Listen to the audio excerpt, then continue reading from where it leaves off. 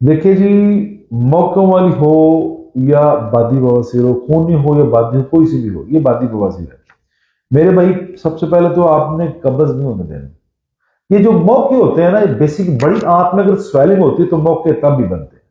जब बड़ी आंत की स्वेलिंग कम हो जाए तो ऑटोमेटिकली मौके जो ना वो रिमूव हो जाते हैं अगर आप कटवाएंगे। और मौके का कमाल क्या है, मौका जिस्म की किसी बॉडी में मिल रहा है, जो कह ले कि मौका है, या छोटी छोटी गिल्टियां बन जाती हैं, चाहे वो जिस्म की है, मांस की बनी हुई है, चाहे वो चर्बी की गिल्टियां बनी हुई हैं, या ट्यूमर, जितने मौका ट्यूमर गिल्टी जितनी भी चीजें हैं, ये अपने अंदर पूरी बॉडी का जहर और गंद लेके बैठे होते हैं। अगर आप इनको कटवा देते हैं तो वही गंद पूरी बॉडी में फैलना शुरू हो जाएगा।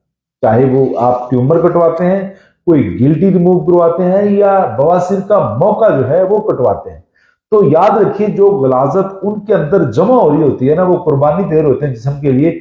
तो फिर वो कसाते हैं, वो जो पॉइजन है, वो जो जहर है, आपकी पूरी बॉडी के अंदर जो है ना वो फैलना शुरू हो जाता है। और फिर काफी सारे काम, पहले तो एक गिल्टी थी, एक मौका था, फिर 20 हो जाते हैं। ये मेरे प्रैक्टिकल की बातें हैं, ये मैंने ये चीजें देखी हैं।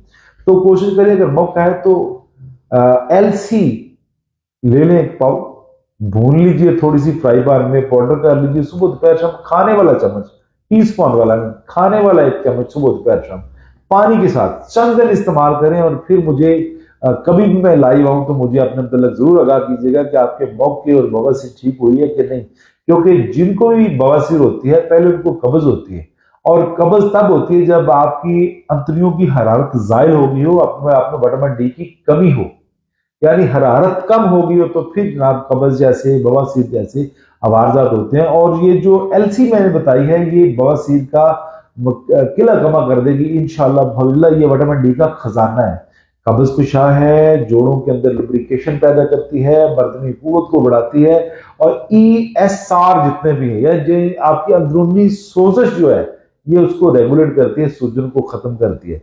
इसलिए आप बिस्मिल्लाह पढ़ के एलसी इस्तेमाल करिए, अल्लाह आपको फायदा देगा।